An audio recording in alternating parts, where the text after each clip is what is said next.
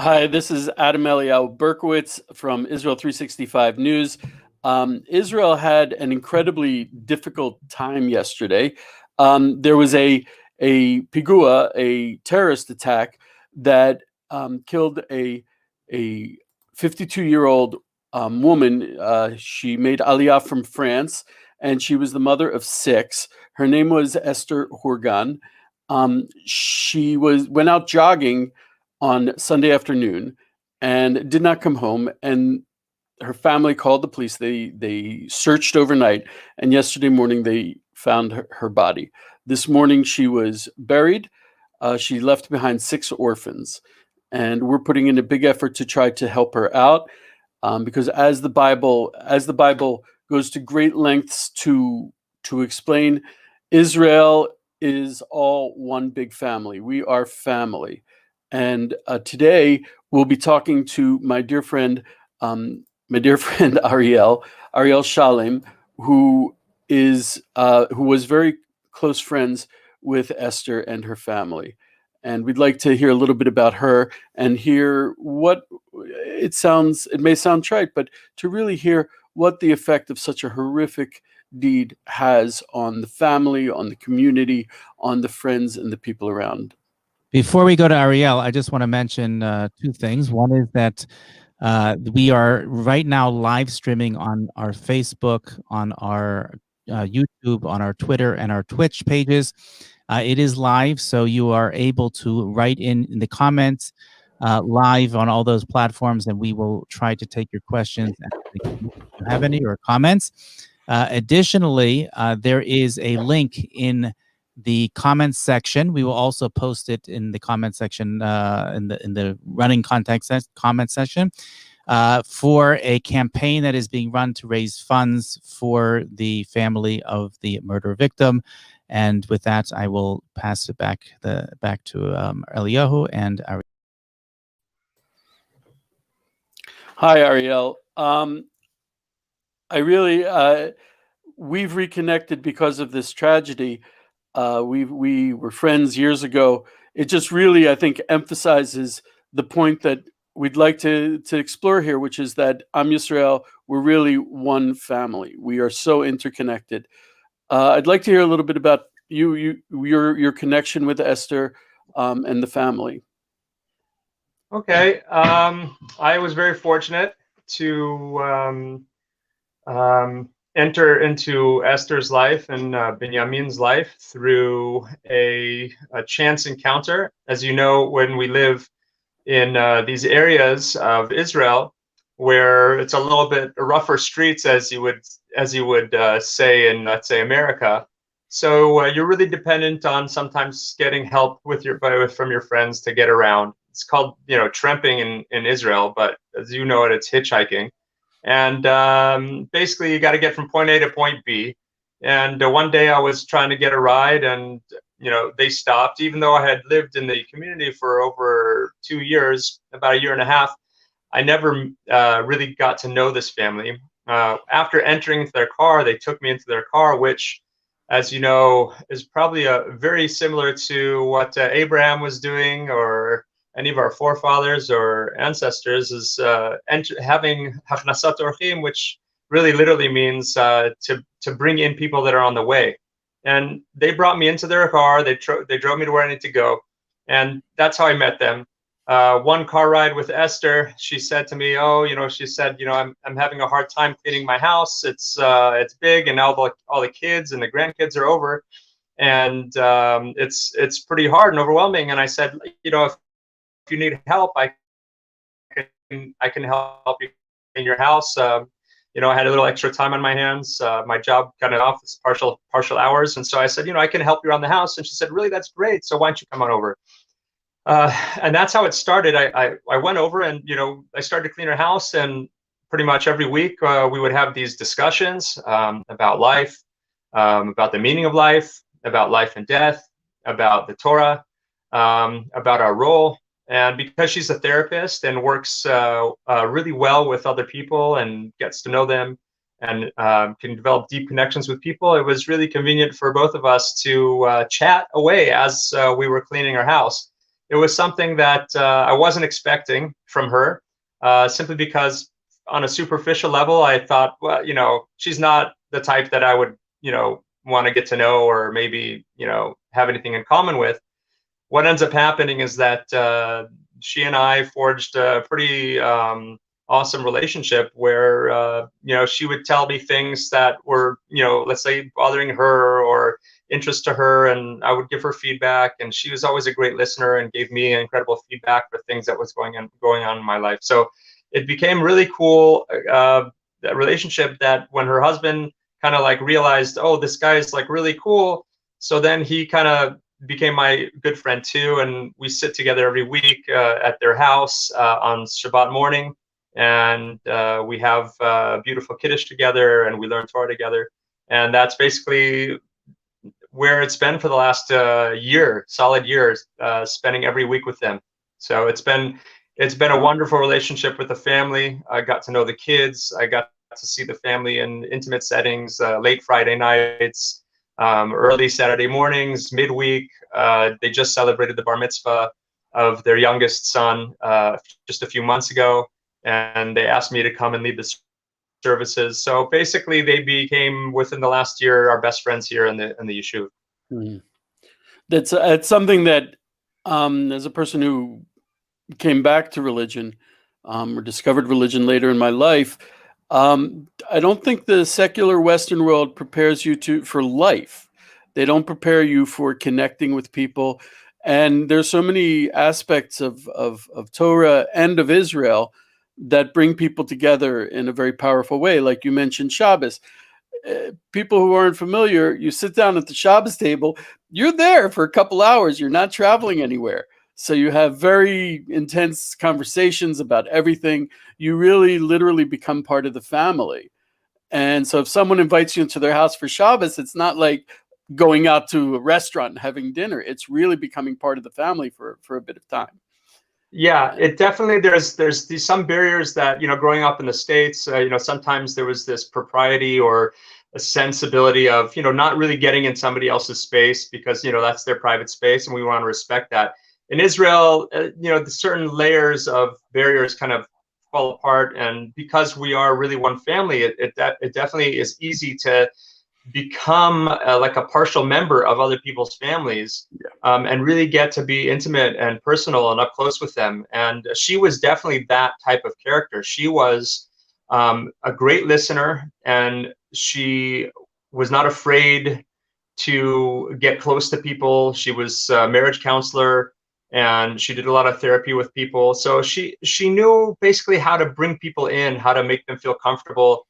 And they're just such a wonderful family, and the kids as well. They're all just so welcoming, and they kind of took me in as like an additional member of the family. I wouldn't say that intimate, but definitely I've spent a lot of time with that family in the last year, and it's so special and also so tragic to. Which as immigrants, we come here. Our families, for the most part, are back in the States, and so we don't have family here, and that's a huge empty gap in our lives.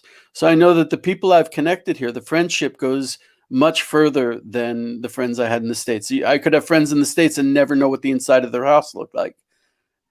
Yeah, that I feel the same way, and it's true. Definitely in most places in Israel. I think one of the things that one of the reasons why I fell in love with Israel is because I was on a bus and I missed the last bus. It was the right before Shabbat, and I wasn't going to make my connection to my destination for Shabbat. And I told the guy on the bus that I was kind of stuck. He was sitting next to me, and he said, "Well, I don't live in this city. I live in Netanya. But if you want to come to my house for Shabbat, you're more than welcome to." And as a young American, my first instinct was like, "Oh, this is creepy. Like, what is he inviting me to his house for? He doesn't even know me."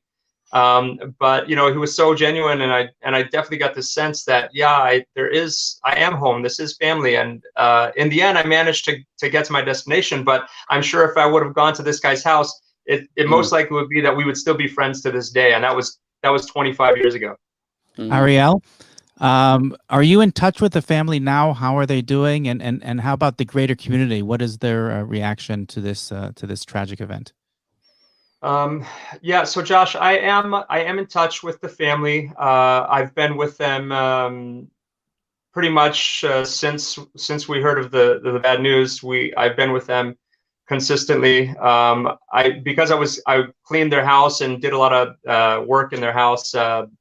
So I basically know actually how to clean their house pretty much than any other family member, which means that they kind of need me there. Esther was the centerpiece for that family, and doing loads of wash, and they just refurbished their kitchen, and they redid their entire kitchen a couple months ago. And so even the kids still don't know their way around where to find things in the kitchen.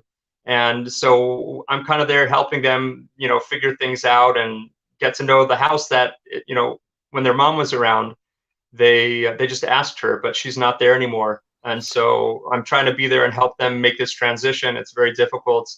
They are in a state of trauma, in a state of shock. They don't really know how this conceivably could happen. She had so much vitality in life. It's a hard concept to wrap your mind around, to think, how is it that this woman who was so full of life, so vibrant, is no longer with us? It doesn't make sense. And the community is feeling it as well. This is the first time that our community has had a terrorist attack, or at least, if not terrorist attack, at least a violent attack of such disgusting proportions, that it's left us reeling. And the kids in the community are afraid. They don't want to go out to the forest now. So a kind of idyllic society, a mini society, has now become corrupted by the act of this vile human being. And so that in itself is something that feels very violating, to think that there's people with so much hatred out there that they could just harm just a woman walking in the forest in such a horrific way.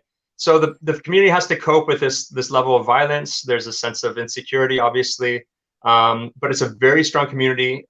They come together, they rallied around. On the night when we looked for her in the forest, within minutes, we had hundreds of volunteers from the yeshuv that are out with flashlights scouring the forest. So on another level, the community has been, it sounds kind of ironic, but through her death has been united in a way like never before. Can you tell me whether the government is providing any support services for the family, for the community? Like you said, there are people who are traumatized, or there are social workers that are helping the kids? Yes. I was just speaking with Esther's daughter-in-law, and she was telling me about the psychologist that has been part of her attaché that help her with her issues. She has she gave birth to Esther's 2 grandchildren. And so they didn't really tell him for now, basically almost 2 days. And she said, no, there was very clear protocol how to go about doing that, what to say to him, what not to say to him. And so, as people that innocently live their lives, not having to deal with issues of how to explain to your child why their grandmother was murdered, the government stepped up and did provide services. I myself, because I was part of the search team that actually found her in the forest, was exposed to a traumatic, horrific scene out of a horror movie. It was horrifying. I couldn't believe that I was going through that.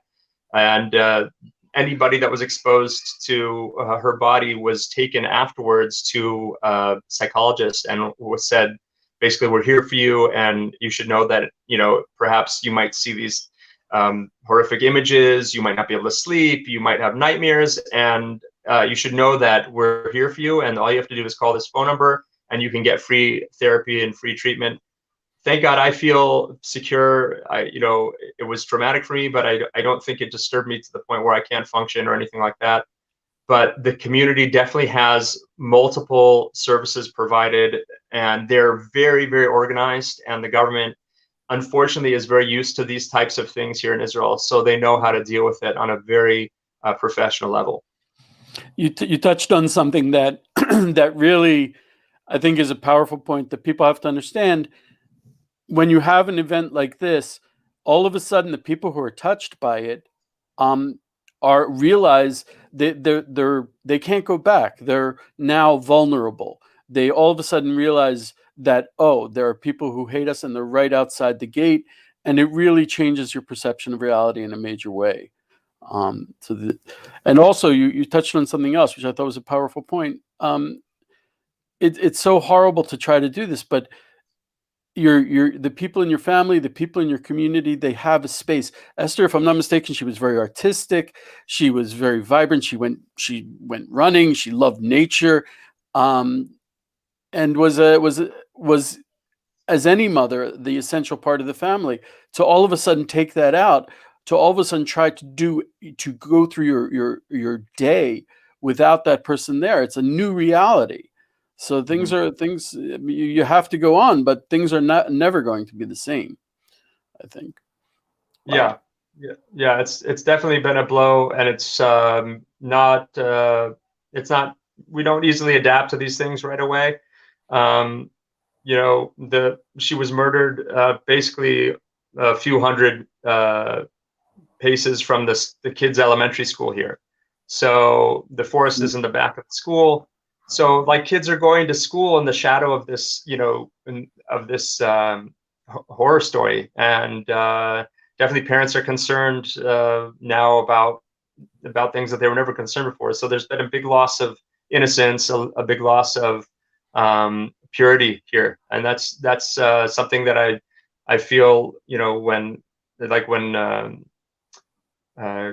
Cain killed Abel. So it says that the ground was crying out with the blood of the spilled blood in that fratricide.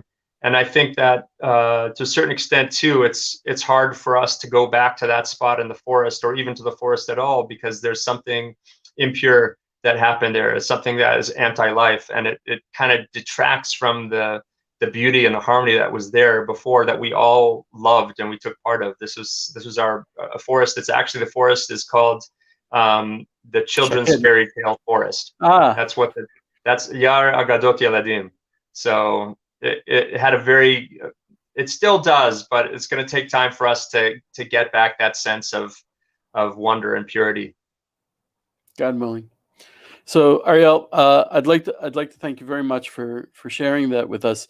I think it brings it home, and we got a little bit of a glimpse into the personal nature of what happened. It's horrific.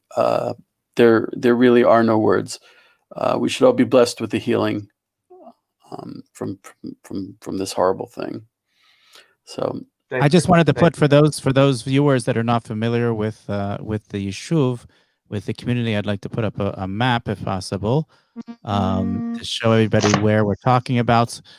This is the center of Israel over here. Tel Aviv is right over here, and then you have the other coastal communities like Netanya, and we're right in the upper half, the upper portion of the Samaria, which is actually it looks like it's right on the border between Samaria and right on what they call the green line of Samaria and coastal Israel. Is that correct? Correct. We're just over the green line, but we're behind. We're on what we would call the safe side of the security fence, and that, I guess, led us to believe that our lives were relatively safe compared to people that were on the other side of the security fence. And that too has been shattered, and now we're going to have to take more security precautions about how we run our lives here. So true. And you can see on the map, the forest is right there, and that green spot on Google Maps really gives you an indication. If you were to see it on the satellite, it's actually one of the greenest areas in Israel from the satellite image.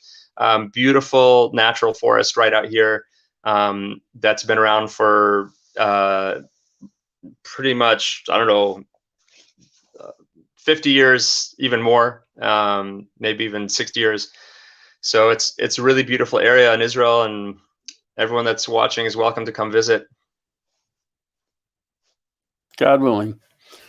Thank you so much, Ariel. Be blessed. Be safe. Thank you, guys. God bless. And we should all have a healing and see Geula very soon. Amen. And Okay. with that, I wanted to mention that we have a crowdfunding campaign that is being run by Israel 365 to help out the family. I'm going to place that link is actually in the description and in the comments. And as you can see over here, this is what it's going to look like. We've raised so far out of the $25,000 that we've pledged to raise, we have already raised over $6,000 for the family, and we hope to continue to do so with your support. We definitely can help out the family and other families of victims like them. Great. Thanks so much for hearing that. What we're going to do now, we're going to continue on. Josh, as I said yesterday, was very tragic. It could have been worse. Yesterday, there was a tragedy averted when I think it was 2 terrorists fired guns at police in the old city of Jerusalem, and thank God, only one policeman was slightly injured, and the policemen were able to return fire, chase, and neutralize the terrorist. Josh is a man of many talents. One of his talents is he volunteers for Zaka. Zaka is first aid, and also they do the huge mitzvah of taking care of the bodies after tragedies like this. Josh was We're on also the an international search and rescue organization. international search and rescue when there were the hurricanes 2.5 years ago in America. Was that Josh was in America helping out, helping people who were suffering from the hurricanes. Josh was on the scene yesterday, and actually, this is, if I'm not mistaken, the second. Was this? If you could tell us a little bit about your experience, was it on the Temple Mount, close to the Temple Mount? So I'm actually the commander for the Temple Mount unit of Zaka. So I have an intimate familiarity with the Temple Mount and its surroundings, having grown up in the old city of Jerusalem, and I live right across the street on the Mount of Olives. So whenever there is a terror attack or anything like that, as a first responder, I'm also a volunteer medic for United Hatzalah and for Mogen David Adom. So as soon as we heard over the radio that there was a terror attack, my wife, who is a critical care nurse, and I immediately jumped into the car and zoomed to the scene. There was one shooter. It was one shooter on the Temple Mount. There are guards right by one of the gates. There are 11 gates around the Temple Mount, and one of those gates where there was a terror attack just a few years ago, where 2 police officers were murdered. There was a shots fired, and there was one injured. Thank God, lightly, but was indeed injured. And then he ran off into the old city, into what they call the Muslim Quarter. He was chased by the fellow border police and was shot and neutralized. That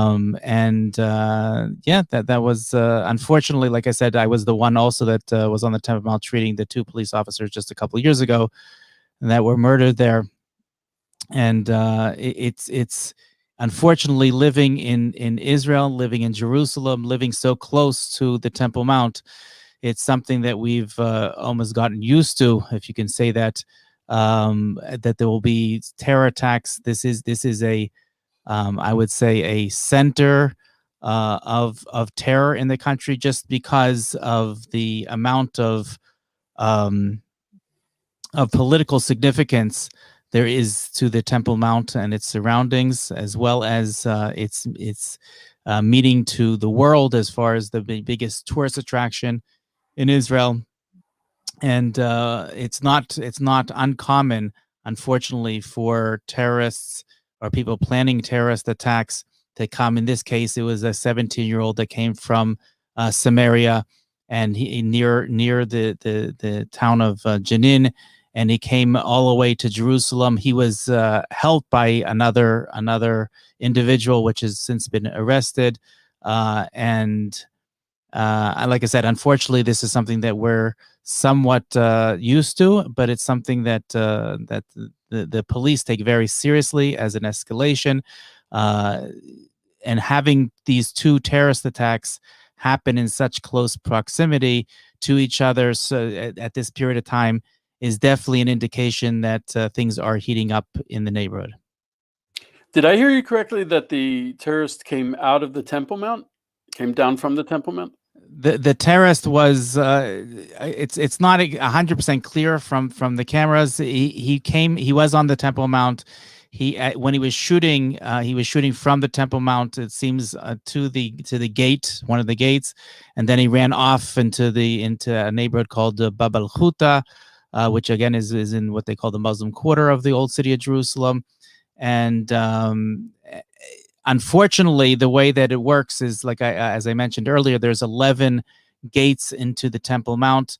Only one of them is accessible to non-Muslims. That means the Muslims are able to access all 10 of them, and then one of them is accessible to non-Muslims. The one that is accessible to non-Muslims, many people don't know this, is highly restricted. It's only open certain hours on certain days, and people, Jews, Christians that want to visit the Temple Mount, they have to go through a very stringent security check, where they are go through metal detectors, and their ID is checked, as opposed to the other gates, which are accessible to Muslims, which do not have any search at all, and there's no check at all. There are guards. There are both police and members of the Islamic Trust, what they call the Waqf, on the other side, but they're not checked at all. In fact, that was part of what the whole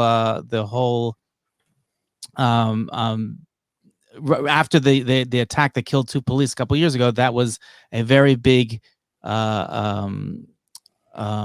scandal that happened, because they started to put these cameras up and these metal detectors, and the local Arabs boycotted the Temple Mount, and there was criticism from across the world, from the Muslims across the world, and international organizations, criticizing the fact that Israel has dared to put up these what they called breaking the status quo by putting up metal detectors and cameras, something that seems so obvious in today's day and age of terror, where you can't go into almost any building, federal building, or go into an airport without being screened.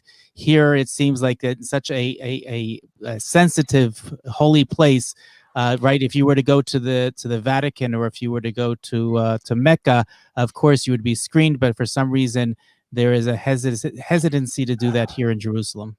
And it seems pretty clear that those metal detectors that were removed because of the Arab protests could quite probably have prevented this attempt at another terrorist attack. And I'm sure that it would prevent future attacks as well. Unfortunately, like I said, the government has not yet made a decision to go against the will of the international community and the local Arab population, and do what's right, which is to screen any visitor to the Temple Mount. Also, it's called terrorism for a reason. It's not a war. It's not. Its intended. Its intention is entirely to generate an emotional response, which is terror, and I think that's almost inevitable. The Waqf and the Palestinians want to make a statement that they are in charge at the Temple Mount, and there's a lot of revisionist history, a lot of lies, a lot of media. A lot of it has to do with the language and how it's presented. But something like this, an act like this, even if it's failed and the terrorist is neutralized, they've made their statement that they actually have a military presence on the Temple Mount. There's a very good chance that this weapon that he was carrying was being stored on the Temple Mount. We're not allowed in those buildings. So there's a lot of things up there we don't know. And every time there's violence, there are unpleasant surprises. They recently took over the Golden Gate, which had been closed because it was being used by Hamas. The question of who rules the Temple Mount is a huge question. It's an existential question for the Palestinians, and they're not going to let up on it. They're not going to make compromises. They're certainly not going to act as a responsible player in this theater. They're not going to allow other religions up there, and they're going to continue acts like this, which they see as a victory, even though there are also, you might want to mention that there are also a lot of fights within the Arab community as to the sovereignty over the mounts, not only between Israel and the Arab population, but Turkey wants to have their hand on the Temple Mount. Morocco wants to have their hand. And now that there is these peace agreements that we have made with the Emirates and with the Gulf, some of the Gulf states like Bahrain, there's really a question as to what the status is of the Temple Mount. Even when Emiratis come to the Temple Mount, they actually go through the Jewish gate because they have been harassed in the past. When going up to the Temple Mount, they are considered to be traitors, that they have agreed to have signed a normalization agreement with Israel. So they are harassed on a regular basis when they come there. So that also is something that has to be taken into account, and it's something that is definitely heating up the situation here in Jerusalem. This battle is actually a battle, I think, that Israel has to fight for the entire world. We're not trying to take over the Temple Mount to build a big synagogue, to establish a Jewish dominance. It's destined to be a house of prayer for all nations. That's the prophecy. That's what it needs to be. Jared Kushner at a tree planting ceremony yesterday said that that recognizing Jerusalem created an explosion of peace. And as the name Yerushalayim, which contains the word shalom, peace, implies, it is not a flashpoint of violence. It is a flashpoint of peace. It's the place from where peace should break out. And using it as a base for terror attacks it profanes the place. The place should be a holy, sanctified place for all nations.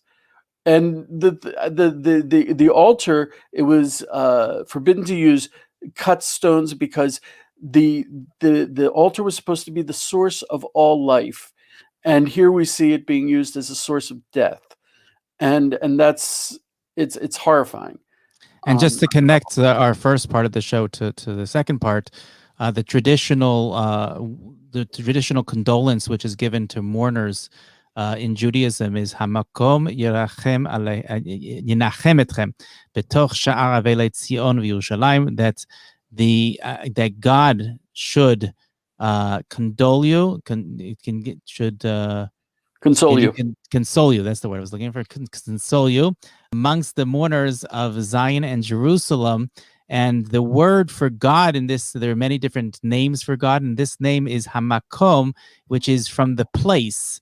And we know that the place of God, God's resting place, God's presence is here on the Temple Mount in Jerusalem. And it really connects the fact that whenever there is a terror attack, whenever there's a mourner anywhere around the world, we always remember Jerusalem. We always remember the mourners for the Temple Mount, the temple that was destroyed and will hopefully soon be rebuilt. And like you said, Eliyahu, will be a place of prayer for all the nations. God willing, it should come quickly. I think we can wrap it up here. Tomorrow, we're going to be speaking with Rav Daniel Cohen, who is the rabbi of the community of Bahrain. As I said yesterday, it was a very hard day. Not only did we have Esther Horgan, who this incredibly righteous woman who was taken away from us, and there was that attempt, and certainly a profaning of the Temple Mount yesterday. But there was also a young man from the community of Bahrain who, it's not clear exactly what, but there was a police chase after him, and there was a car accident, and this young man died in the car accident. And we'd like to speak to Rav Daniel about that young man, and about, again, what's happening in Israel, the family of Israel, and what's happening in the communities. So that's what we're going to be speaking about tomorrow. Josh? Okay, so stay Be tuned blessed. tomorrow. Thank you so much. Stay with us tomorrow, and we'll be bringing you. Hopefully, we'll be bringing you the latest updates from here in Israel every day. And like I said, we are live streaming on Facebook, on YouTube, on Twitter, and as well as Twitch. So see you tomorrow.